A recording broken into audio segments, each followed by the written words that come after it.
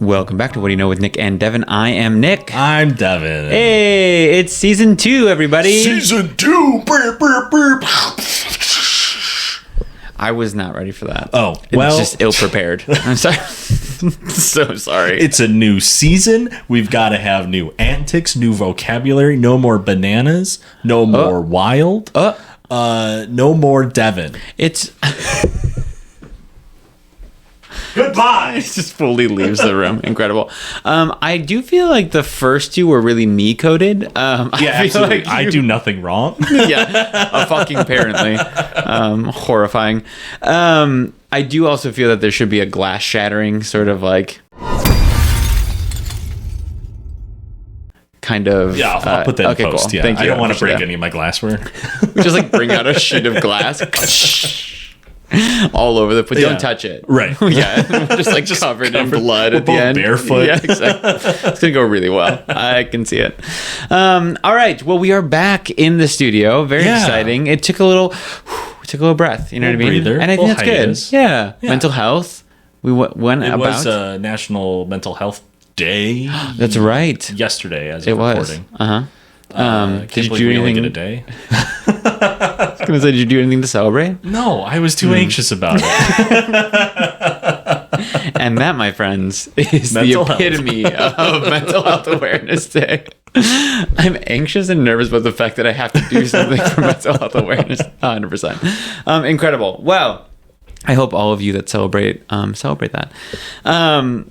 That's all I have. So Hell yeah. Hell yeah. Well, we are back in action. I'm excited for the stories that we have for season 2. Mm-hmm. I think that we're going to do, just keep on with a season thing, little breaks in between. Why not? You know what I mean? Yeah. Every 67 episodes, you'd have a nice 2 to 3 week break from us. And I think that makes sense for our audience. Right. I think 68 would have been too much. Too much. 69. Two on the nose. 2 on the nose. 2 on the nose. So 67 feels Goldilocks style. You know what I mean? Although she was annoying. Yeah, Goldilocks. Right. I'm on the bear side. You know what I mean? They're just living their fucking life. They're like, why are you fucking everything up? Right. Right. I'm with her. And everyone's like, Goldilocks. I'm like, why? Because she's a white blonde woman. I was about to bring that up. Exactly. Yeah, it's just the white man coming in and taking... and the brown bears. Exactly. Yeah, exactly. You get it. Race. 100%. Speaking of race, so my topic today, Devin, let me ask you. Yeah. What do you know about the ballroom scene? The ballroom scene. Yes. And let me clarify. Uh-huh. Not like the cha-cha. Like the ballroom scene. The electric. That's exactly where I was going with this. Yeah, how did you know? Just all different types of slides. Yeah. The ballroom scene in the gay community in Harlem. That kind of ballroom scene. I'm going to say nothing. Okay. I know Ballroom Blitz. Uh-huh. I know Big Balls. Mm-hmm. I know... that's about it, actually. Quite familiar with the big balls. Yeah, I know the ballroom scene from Beauty and the Beast. Okay. Do you think that you could do a waltz? Yeah, I've learned. You learned how to waltz. Yeah. You can confidently We were get both in musical theater. Yes, I learned how to waltz. a little 1, 2, 3. Yeah. Bop, bop. A little bit different than the polka. Well. Incredible. So today we're going to be talking about the ballroom scene, which is super exciting and very cool. As you kind of sighed and shook your head at me earlier when I said, it's going to be another 2-parter. Yeah. Well, because here's the thing. There is, of course, there's always a lot involved. And I think the other thing, too, is that when I'm focusing on, gay and queer stories, there's a lot of history that just like isn't widely known. Sure. Like it's there, but I feel like, oh, I didn't even know that, right? Or there's those sort of things. So I was gonna do Reagan, and then I was like, that feels like too much of a downer going into an election. That's a 5-parter. That's something that you and I do together, actually. Yeah. And one of those 5 parts is me just screaming for 40 minutes into a microphone. Not saying any words. No. Just H. Over and over and over. again. Yeah. That's the whole transcript. Honestly, that makes it really easy to splice for social media aspect. So I definitely think we should explore that option. Yeah, fair. So today we're going to be talking about the ballroom scene. And for those of you that do not know... Me. You. But I do want to call something out before we get into it. Oh, sure. So I'm going to use Latine instead of like Latino. And then some people in America say Latinx. But X isn't... that's not how you pronounce that in Spanish. It would be X. And so it'd be weird to say like Latinx. So Latine is like the more gender neutral way to say Latino or Latina. So I just want to say, like, if people are like, what the fuck is he saying? Like, that's what I'm saying, because we're talking about a community that is a little bit more gender fluid, and there's more to talk about when it comes to gender identity. I don't want to say the masculine or the feminine version of Latino or Latina, so I'm going to just say Latine. So putting at that little precursor, that little pre-warner now. So and how do you spell that one? Latine. Oh, is there an accent over it or no? Oh, there's Latine. So, I'll probably say it with an accent. You can't help yourself. I can't. I just need the flair. At least it won't be a French pronunciation. So, you know what? I am working on my French, okay? So, all right. So, the ballroom scene is a Black and Latina LGBTQ plus subculture that includes dance, fashion, and self-expression. Okay. Express yourself. Have you heard of that? Yeah, there's an NWA song, Express Yourself. There's also another hip-hop group that did. Express Yourself. There's also that one. Yeah, you got it. So, oftentimes, outfits are displayed, seen, and judged. There's elaborate dance battles that are had. People found a place to be themselves and not feel ostracized in this ballroom scene. And whether it was due to their race, sexual orientation, gender identity, or a combination of all those things and more, this was a place that was refuged and often focused on survival. Oh. So from having houses as chosen families to judging face, in quotes, to ensure trans women were passing enough and more. Okay. Yes, ballroom scene definitely hit a lot of different areas when it comes to like the queer community. Sure. Although it was seen quite the popularity spike since the 90s, it was more media attention over the past several years that needs to go back to the late 19th and early 20th century in Harlem. Okay. So let's start at the origins. It's definitely, I think there's, it's really interesting, I think, when we research topics that span kind of the 20th century, especially because you just see the natural ebb and flow of things. So you're like, oh man, like look at all like the craziness and like acceptance and visibility, acceptance in quotes, in like the 20s and 30s. And then you hit the war and then you have this, and like everything kind of rides that coaster together, which is natural and feels a little common sense. But it is really interesting when you do kind of overlay a new topic onto that timeline and go, of course, you know what I mean? Yeah. I think kind of like what you were saying is just based off of everything else that you've said, we can kind of tell what's gonna happen in the story you tell. Right. Like today, like when we'll get into the 20s and then get into the 30s, I'm like, oh well, yeah, of course. You know what I mean? Like here we go. You're getting to the Depression. You're getting into World War II. You're doing, you know what I mean? So it is. You can almost predict it, and that feels kind of weird. But we also, I feel like, haven't really seen anything that like tests against it. Like I haven't seen anything yet that we've researched where it's like, oh, this like boomed, you know, during these times, the war, the Depression or whatever. But I mean, we haven't gotten into robber barons and things like that yet. So maybe down the road. And monopolies. Right. We'll get there. So let's talk about the early origins, if you will. Origins. So thank you. You just had to slip in the French. Exactly, because you were being a little bitch about it earlier. Well, yeah, that's why. So by the 1920s, Harlem was becoming a cultural epicenter during the Great Migration and, of course, the Harlem Renaissance. And it was flourishing with Black art, music, and literature. Yeah. So while that was happening in the mainstream, drag balls were becoming prevalent in the gay community. So we're actually going to go back to the late 19th century, which feels weird. But during the 1860s and 70s, wealthier white gay men were having drag balls in cities across the Northeast known as masquerade balls or costume balls. And I was like, way to spin that. But like the intention was kind of there to like dress in women's clothing to a degree. It also just feels weird to say like the 1800s for some of these things. Yeah. Because I kind of lump the 17 and 1800s together in a lot of ways, which isn't accurate, but I just kind of do. Do you know what I mean? So I was like, few historians that listen to this show, just their tops blew off. Beep. Pew. Yeah. Good. So that's what I'm here for. So these offered men the chance to break free from the norms that dictated gender and sexual expression. Good for them. Right. Express yourself. So these balls found their way into Harlem, where the gay, black, and Latina community could not participate in masquerade balls, so they set up their own in defiance of the law and cultural norms. Oh. Yeah. So, like, as, you know, it was happening up and down the East Coast, of course, from that popularity kind of found itself in, you know, black communities, gay communities, Latina communities where we're like, oh, I don't get to go to the masquerade ball. Well, fuck you guys. Yeah. I'm going to make my own masquerade ball, which I feel like a lot of times we see in this community, especially. Like, we'll just make our own then. Right. Fine. Fuck you. Which, of course, then gets turned for, you know, then people want to be a part of that because it's a cool, trendy thing. Of course. You know what I mean? Of course. So most notably was the Hamilton Lodge Ball. Okay. So an annual cross-dressing ball in Harlem starting in 1869. Well, on the nose. So in 1842, the Philomathean Institute, a fraternal organization of free black men, petitioned the Independent Order of Oddfellows to grant them a charter.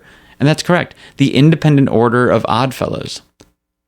These, like, fraternity names are so wild. Yeah. Just the group names from back in the day, from the 1800s and earlier. Just like, they just throw in whatever they want to be called. Right. It doesn't matter. We're the Oddfellows. We're, you know, the red hat wearers only on Tuesdays.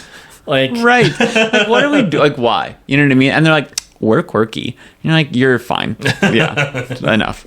You'd have to wear a red hat on Tuesday to know why we're called the red hat wearers only on Tuesdays. Right.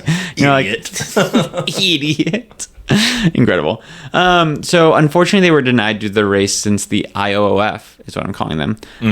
Only accepted white men. Typical. Yeah. So the IOOF was a fraternal order based off the Odd Fellows in England. They were the Independent Order of Odd Fellows, but that was a branch of the Odd Fellows that was based in England. Okay, so you had an Order of Oddfellows, and then you have an independent Order of Oddfellows. We are not like the others. All we are right. independent. White people. Truly. Truly. Their mission was to, quote, visit the sick, relieve the distressed, bury the dead, and educate the orphan. End quote. What an agenda. Well, I'm like, you run the whole gamut. All right. But very, like, sick and dead led. Yeah. I was just like, why is there so much, like, strife and grief in your mission? Christ. Peter Ogden, the founder of the Philomathean Institute, was a black sailor and member of the British Grand United Order of Oddfellows. But different. I think it's one. I don't know. I'm not actually going to try to explain that. Yeah. And helped men in the U.S. gain a charter from the British organization, which did not discriminate against race. Oh. Well, I mean, at one point, I'm sure they did. But at this point, yeah. It's like, let's not give them the applause quite yet. Right. So thus, in 1843, the Grand United Order of Oddfellows in America was born. And the following year, Hamilton Lodge, number 710, was established in Harlem. Good for them. I know. So if all of you followed that, basically we now have the Hamilton Lodge established in 1843. Okay, heard. So we're actually going to jump now 25 years into the future. Whew, that was fast. Quarter of a century gone. Bam. So jumping to the 25th anniversary in 1869, the Lodge hosted their first annual... The Lodge hosted their first annual masquerade and civic ball at the Rockland Palace Banquet Hall and Casino. Oh. I know. I was like, look at you guys go.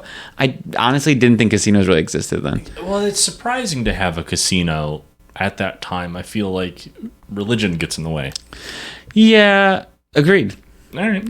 I was going to have an answer for you. Don't have it. So I'm with you. I also thought that it was odd. Yeah. So, but that's where they had their first one at their 25th anniversary. This was the first recorded ball in Harlem where men dressed as women. It was also believed to be the first drag ball in the U.S. Oh, wow. I know. Pioneers. It was the 1800s after all. So the event only grew in size year over year. And in 1886, which was the year that Illinois was... ratified? Officially founded? One of the two. It's the year we became a state. Phenomenal. I know. Isn't that fun? Yeah, just a little side fact for you. Nick's side facts. This is a new segment called. So the event only grew in size year over year. In 1886, the New York Freeman magazine described the ball as, quote, the event of the season. Oh. End quote. I know. Quite the thing. So the ball was influenced, or the ball also influenced others to begin to pop up, such as William Dorsey Swann's in D.C. Okay. William Dorsey Swann, which might be a different episode in and of itself, was a formerly enslaved person. He was the first person to lead a gay resistance group in the U.S. and first known person to self-identify as a queen of drag. Oh. I know. So I was like, all right, William Dorsey Swann, I see you. So according to historians, these balls were also... Yes? Finish your statement. Okay. So according to historians, these balls were also originally organized by straight men, but of course, because a way for non-straight people to participate and appear in drag publicly. My question that has been sitting on my head for the past 3 seconds was, is that where we get the term, like, queen for drag queens? Drag queen? Yeah. Okay. It kind of comes from... It really does kind of come from the... I think it comes from the ballroom scene. Yeah. I didn't dive too much into that, but there are... Drag in and of itself and like is like a category in ball. Like there is like drags and like what you wear and all of those things. Sure. So I think just like a formation of that and some other things kind of became drag queens. Yeah. Okay. But another episode in and of itself. Look at all the episodes we have in front Look of at us. that. Someone keep track for us. Please. Text us. We got a whiteboard happening here. Yeah. This also was starting to gain in popularity and spin off into the subculture. Okay. Right. So we have kind of like straight men doing masquerade balls and things, and then we have kind of the Hamilton Lodge aspect of things where gay men could step in, but it was hosted by straight men, and it was kind of like this weird kind of dichotomy of sorts. And then there was kind of these spin-offs, especially within the Black and Latina community, and it kind of became its own subculture. Okay. So leading up to the 1920s, same-sex relationships were, of course, criminalized, and cross-dressing laws were in place. So these balls were sometimes released, and raids would occur, right? With the Committee of 14 in New York on the prowl for violations of public immorality, they investigated the balls and released a report in 1916 describing scenes of, quote, male perverts, end quote, who looked like women. Oh. I know. So from this report, balls were often also referred to as, quote, faggot balls. Oh. And I've said that before. Or, quote, fairies balls. Oh. End quote. Have you said that one too? Not as much. I know. It doesn't like flow off the tongue as well. You know what I Maybe mean? for you. Comparatively to faggot balls. So nevertheless, they persisted. And balls drew people from all over and continued to grow. Yes, they do. Balls are quite universal. There's going to be a lot of that in this episode. Yeah, no, I've been biting my tongue this entire time. It's No fine. need. So during the time of the Harlem Renaissance, the pansy craze was also happening. And I Okay. didn't even know about this. So the pansy craze... Another episode. Christ! Write it up. So was also happening that aided in the popularity and acceptance of the balls. So the pansy craze was a moment of increased LGBT visibility. Oh, Christ. Okay. The pansy craze was a moment of increased LGBT visibility in the U.S. and, quote, pansy performers, end quote, or drag queens were in high demand for entertainment. I was wondering if that was going to be synonymous at the time. Exactly. All right. So just kind of another term, right? Sure. But obviously very popular and really wanted to bring into the fruition. So this craze lasted from the mid-1920s until 1935. Female impersonators were hired to perform in cabarets and speakeasies in major cities across the world. New York, Paris, London, Berlin, San Francisco. I forgot I wrote this. I put in parentheses, I'm not sure about St. Louis, though. So while the audience was straight, it gave the gay community broader social acceptance. Yeah. So Jean Malin was also known as the, quote, queen of the pansy craze and appeared in both Hollywood films and Broadway shows. A lot of self-proclaimed queens. That's what I'm saying. I'm like, I get it. I didn't vote for them. Jean unfortunately died at the age of 25 in a car accident. Oh, wow. Okay. Go ahead. Surprising that it was a car. What year is this? This was probably, I actually didn't write down the year, but within the late 20s, early 30s. I guess there were a couple of cars going around at that point. Well, and if you're in Hollywood films, Broadway, you know what I mean? You're pretty notable. So it's not surprising that they were in a car at that point. But what's crazy is that they gained so much notoriety and then died at 25. Yeah. So, like, you started young. Right. You know what I mean? So that was Gene Malin. Other star performers were Carl Norman, Ray Bourbon, and Bruce Futcher. Know any of those names? No. Cool, me neither. So this, of course, all ended when the American Roman Catholics launched a campaign against what they deemed, quote, immoral. I know, those Roman Catholics. With such things as the Hays Code going into effect to restrict the public visibility of homosexuality. And then I put, in quotes again, not trying to give conservatives any ideas here. Right. In Europe, this also led up to World War II happening, so kind of bigger fish to fry at the time. So this kind of all collapses, like I said, around 1935, right? So you're heading into the Great Depression. You're, in Europe, you have the rise of the Nazi Party and conservatism and, World War II on the brink and all of those things, since that didn't happen until 1939. But it's leading up to this, right? There's this kind of like spiritual and like moral reform kind of sweeping all of a sudden. So at its peak popularity, though, going back to the Hamilton Lodge, it attracted up to 8,000 dancers and spectators. Whoa. Isn't that crazy? Total? Total. Okay. So, like... I got real not worried, but I was going to be, like, super amazed every day. Well, but also just, like, having to judge all of those people. You know what I mean? That's going to take forever. Yeah. Right. I'm surprised the casino could hold all those people. So Langston Hughes even wrote, quote, during the height of the New Negro era and the tourist invasion of Harlem, it was fashionable for the intellectualista and the social leaders of both Harlem and the downtown area to occupy boxes at this ball and look down from above at the queerly assorted throng on the dance floor. Those type of boxes. Yeah. Not fridge boxes in the alley. No, quite literally. Theater boxes. You got there, though. Oh. So history professor Chad Heap stated, quote, it's pretty amazing just how widespread these balls were. Almost every newspaper article about them lists 20... I thought we could do it. You said how widespread these balls are. I really wanted to say that's what she said, but it's not part of the quote. No. Okay, going back. Also, this is a gay story. So they were spread pretty wide. Yeah, that's what he said. Sorry, my bad. Thank you. That's what they said? Better. Thank you. So history professor Chad Heap stated, quote, it's pretty amazing just how widespread these balls were. It's when you hit the balls, you know what I mean? Like, you got to move fast. You can't stop after balls. You can't hit it so going. hard. Right. Right. Tender. Thank you. But quick. So history professor Chad Heap stated, it's pretty amazing just how widespread these balls were. Almost every newspaper article about them lists 20 to 30 well-known people of the day who were in attendance as spectators. It was widely integrated part of life in the 1920s and 30s, end quote. That was good pacing. Thank you. I appreciate that. I saw your head appreciate nod. it. I said, I got that on that one. But I mean, it's true, right? Like, not only was there popularity just across society, but then, of course, getting into the upper echelons and like all these notable people being like, not only do I now want to be in Harlem because of the Renaissance and it's fun and it's trendy, but now there's these balls that I can go to and all of these things, right? So the last quote I'll say is, quote, the masculine women and feminine men, how are you going to tell the roosters from the hens? End quote. Oh. So it was interesting. But I'm surprised he didn't throw in like cocks in there. I mean, it was of the time where you call roosters cocks, so like, that was too on the nose. Well, so the balls were racially integrated, and although cross-dressing was against the law, police officers often worked the balls to only arrest any troublemakers.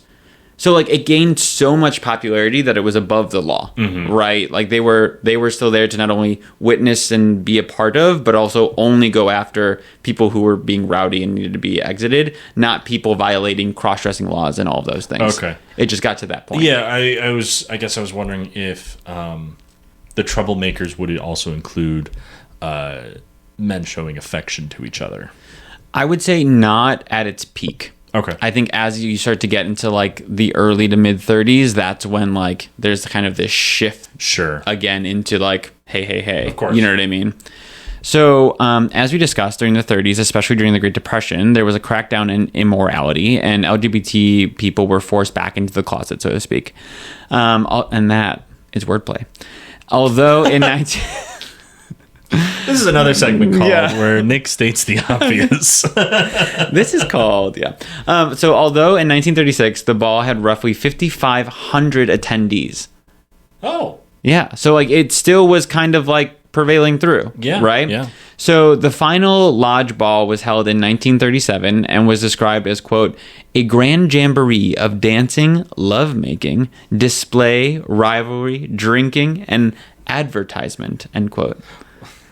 I think rivalry and advertisement are the two that throw me the most. Truly. And I go, did I meant to write reverie? But like that's not even like close to being spelled. I think it is rivalry because you have competitions, right? So like you have people competing against each other. Yeah. So rivalry. And advertisement, I feel like I don't think it was from like a marketing perspective, like try this bottle of champagne. Right, like Maybelline didn't show up. Like use this foundation. Correct.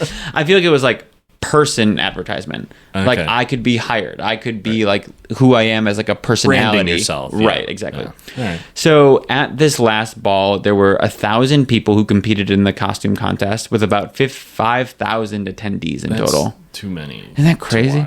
But also, that's my thing. It's like, I think you just get like a judgment sort of like fatigue. Yeah. By 23, I'm like, you all suck. I'm picking number 5. Because that's how long my attention actually lasted. Like, I'm over it. Next. Right. So the fact that Harlem became home to some of the most iconic drag balls speaks to the neighborhood's unique position as both a center of Black culture and a place where marginalized people could find community and safety, even in the face of systemic discrimination. Right?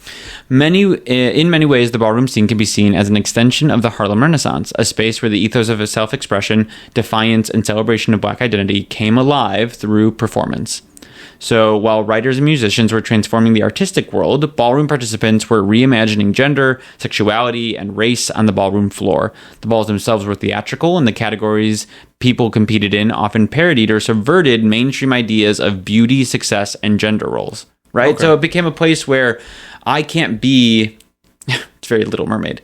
But it's like, I can't be a part of the world outside these doors or above me, right? That I wish to be so much accepted into. And so now I like have to create that in and of itself, right? I have to like create that here, and it kind of needs to have its own flair and exaggeration and kind of be a parody thereof for me to even... I feel like it kind of like had to be parodied because it almost becomes too real if you don't. Yeah. You know what I mean? Like it kind of needs to be theatrical because it's almost sadder in a way if you make it, but truly, because it's one of those things where even you as the person trying to like be the most real and be the most this, like when you can like truly pull that off, it's like that's super successful. And at the same time, you're like, you still know you're not going to be accepted into it. You know what I mean? Yeah. At the end of the day. So they kind of created their own, which was strength in and of itself. You know what I mean? So the intersection of race, gender, and sexuality was at the heart of the ballroom scene, and these dynamics were complex, sometimes fraught, but ultimately transformative. Okay. So Harlem in the early 20th century was a predominantly black neighborhood, and the drag balls reflect the community's diversity. However, many of the early balls were segregated by race, with separate events for white and black participants. So, like, the Hamilton Lodge seems to be kind of the exception, where it's kind of there is this intersectionality because of its popularity and all those things. But for the most part, you kind of had a split in the kind of lower class of balls, right? Yeah, that's just so bizarre to me. I mean, like, the whole idea of segregation, of course, is very bizarre. But within a marginalized community, it never makes sense to me. And I know we've talked about this specifically within the queer community itself of gays not being too friendly towards lesbians back in the day or trans people, etc. And it's just, I don't know. It's just, it never makes sense of the smaller community having that infighting. Sure, like the internal conflict within that. Yeah. It's just like you have so much oppression elsewhere. Why bring it in the house? Well, and what's interesting is that people separate the different discriminatory practices, right? Like I think of like redneck. Like not every redneck is a racist. Right. Right? But there's kind of this view that they are. Right. And it's kind of the opposite here, where it's like you think, oh, not every gay person's a racist because they know what it's like to be oppressed, but it's clearly far from the truth. Right. You know what I mean? Racist gay people. You still have, just because I'm gay doesn't mean that I now like black people. Right. You know what I mean? Yeah. Because at the time there was all these segregations and all these things, and I can exist as, not to promote the racist, but like I can exist as a racist and exist as a gay man. Like Right. those two things aren't mutually exclusive. Yeah. Right. So, I don't know. I do think it's odd, though. It's one of those things where it's like, you know what it's like to be oppressed. Like, why wouldn't you Right. then be more accepting in general? I mean, one, Right. just in general, why aren't you more accepting? But especially through this lens. And so I do understand that, where you're just like, why did that happen? Yeah, and like I know, even like because of all that, like queer people of color, specifically in history, had a much harder time than white queer people. Absolutely. It's just like, fuck, man. Well, and because it's always how do I become accepted into normal society? Right? Right. And so then defining normal society. Correct. But if the prevailing society is telling you to be masculine and white, you know what I mean? Then Right. people who are closer to that are going to become more accepted than those who are more feminine and people of color further away, Yeah. right? Yeah. And so it's bad all around, right? But it is kind of, to your point, it is crazy when you think of like the internal conflict of that and what that bring means. it in the house. Leave it at home, or leave it outside the door. Yeah. That's what I meant. Leave it at home. You're like, that's exactly what I was saying not to do. Yeah. So as we were talking about, white drag balls, particularly those in downtown Manhattan, which we also saw in like circuit parties, right? Like there was a lot of these circuit parties that were happening with white gay men in downtown Manhattan, Right. while there was also kind of this drag ball scene happening up in Harlem, in Uptown, right? And it kind of even stemmed from the early 20th century, and that segregation still continued to happen, right? Yeah. So white drag balls, particularly those in downtown Manhattan, were more likely to receive police protection or attract wealthier patrons, while black drag balls often operated under the constant threat of raids. Right. Of course. So within the black drag ball scene, however, there was a strong sense of community, and racial identity played a central role in shaping the culture. So black and Latina individuals faced not only the stigma of their sexual identities, but also the pervasive racism of the era. I love when there's like an era of racism. The racial tension extended even to the white LGBTQ plus community, where racism often mirrored the broader society. Thus, the creation of black and Latina-led ballroom scenes was not only about celebrating queerness, but also about resisting racial oppression. So that's what we kind of have in the early 20th century. Okay. So again, like by, the mid 1930s, while we're heading into the Depression, we have, of course, all of that moral goodness kind of sweeping the nation. And so all of this kind of gets pushed back. But obviously there was a lot of prominence, and this is kind of where ball scene kind of comes out of. Sure. And this is where the scene kind of produce itself, right? So now we're going to talk a little bit about, we kind of jump not all over the place here, but we're going to go from like what the house system looked like in ball scene, and I'll tell you what that is in a second, okay, to like key figures, to like actual categories and aids and all that. Sure. So, because it's not a gay story if you don't talk about AIDS. So that's true. That's true. House systems kind of started in the 1970s and 1980s. Yeah. So ballroom was shuffled underground once again, and as the world went through the war and then found its, quote, normalcy again, the ballroom scene continued. By the late 1960s, early 70s, the ballroom scene birthed one of its most defining features, the house system. So we now have a structured, community-driven network of balls versus kind of a loose collection scattered across the city. Nobody likes loose balls around, you know what I mean? So more and more people that came to the ball scene were queer and trans, black, and Latina youth that needed to find refuge from the families and society that kicked them out and ostracized them, right? So the creation of houses was a direct response to that. A house was basically a chosen family. Oh. Yeah. Okay. And was often named after the founder or named based off of a theme that reflected their values.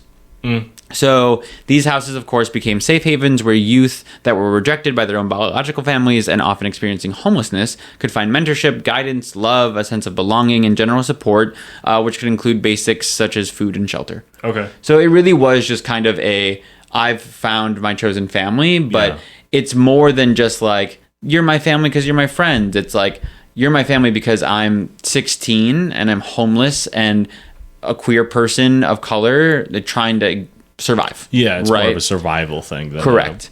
We get brunch. Well, and I think it's also just calling to the fact that, everyone, regardless of who you are, can have this kind of instinct to be maternal, paternal, something of that nature. And so for a community that wasn't allowed to have that, this kind of also brought them to have a greater sense of belonging and pride and reward to be able to support the youth of their own, community. Right. You know what I mean? Make it better for the next folks. Exactly.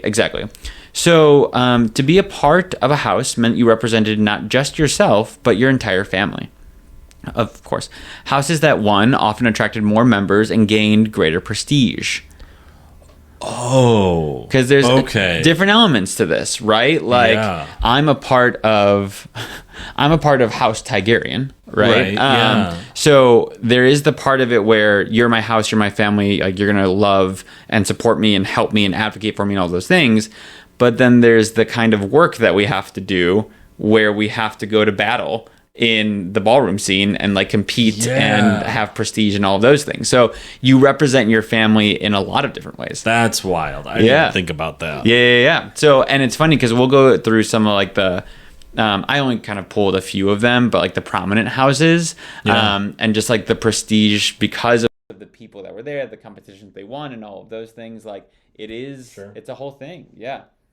So each house had a mother or father, kind of in quotes, as the head of the household and really stepped up to offer emotional and practical advice.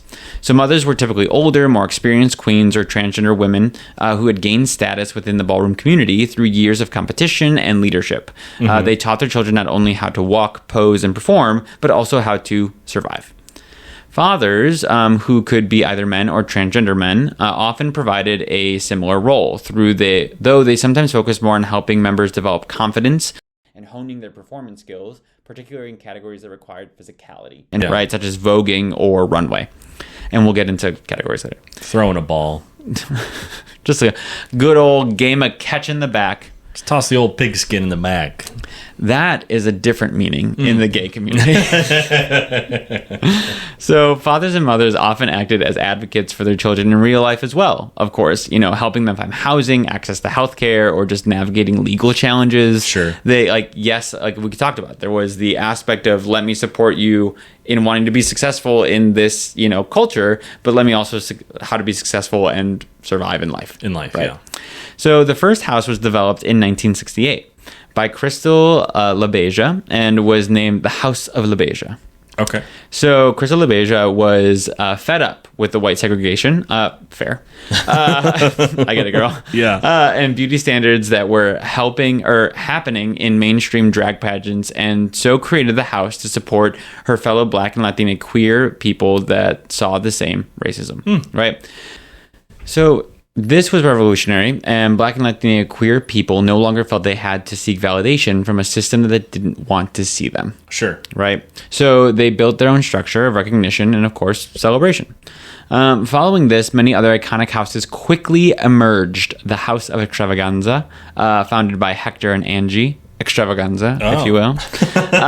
This was a pioneering force for Latina participation in the ballroom scene. The House of Aviance, founded by Mother Juan Aviance. Okay. There was the International House of Chanel, founded by R.R. Chanel. I know. There was the House of Dupree, founded by Paris Dupree. All of these people, heroes of mine. Heroes! I got posters of them on my wall. I would love to see what you have then. There was the House of Omni, founded by Kevin Omni, which I do love that we have like Extravaganza and Juan Aviance and RR in Paris, and then Kevin. Kevin.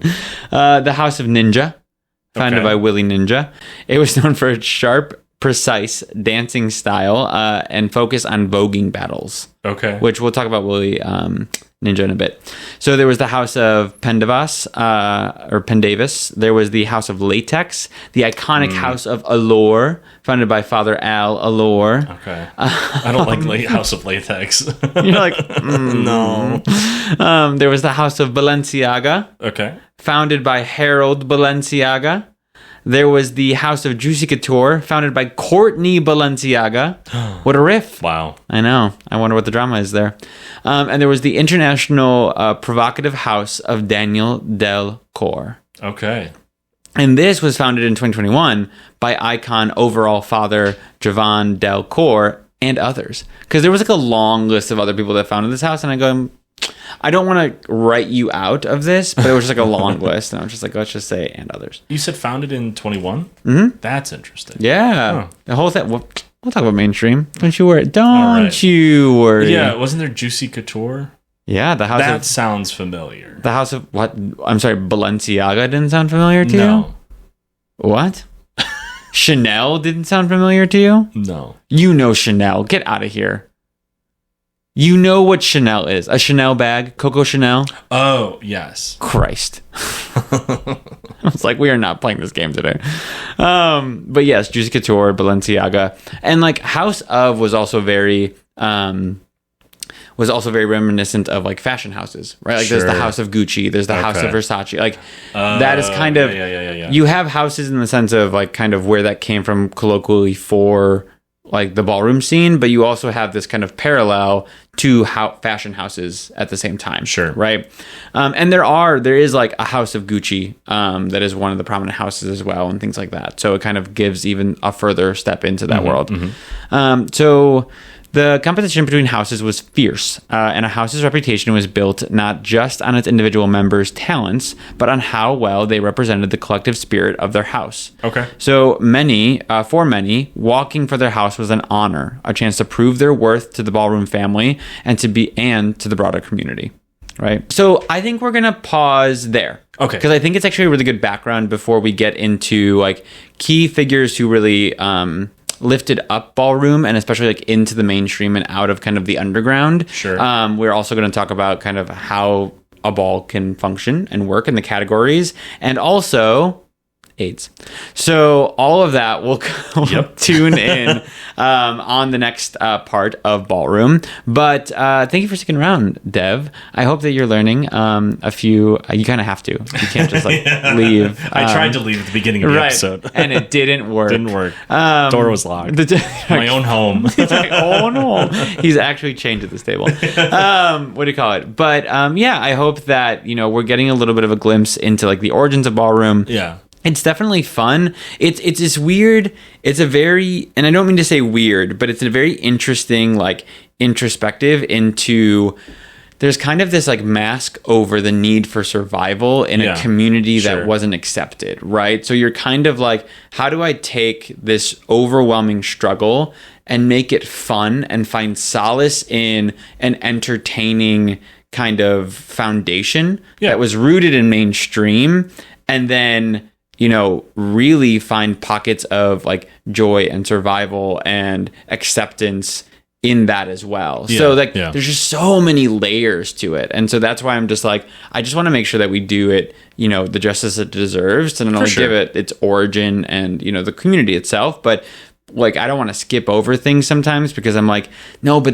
there's so much tie in, you know what I mean? So, so next week I'm really excited to talk about some key figures and people, and we'll go from there. Sounds great. Love learning about balls. You son of a bitch. Thanks, everybody. Thank you, everyone, for sticking around. You can find us on all social media platforms at WDYK_podcast. Please like, comment, subscribe, do all the things. Tell us again, of course, what topics you want to hear about that interest you. I was like, words are fun for everyone involved. What do you call it? And I'd love to hear what kind of your experience with ballroom has been. Have you been to a ball? What would you maybe, would you go to one? Have you seen some of the mainstream things? Like, what do you think is connected to it? So more to come in part 2, but thank you so much. Dev, that's all I have. I'll talk to you later. Bye. Okay.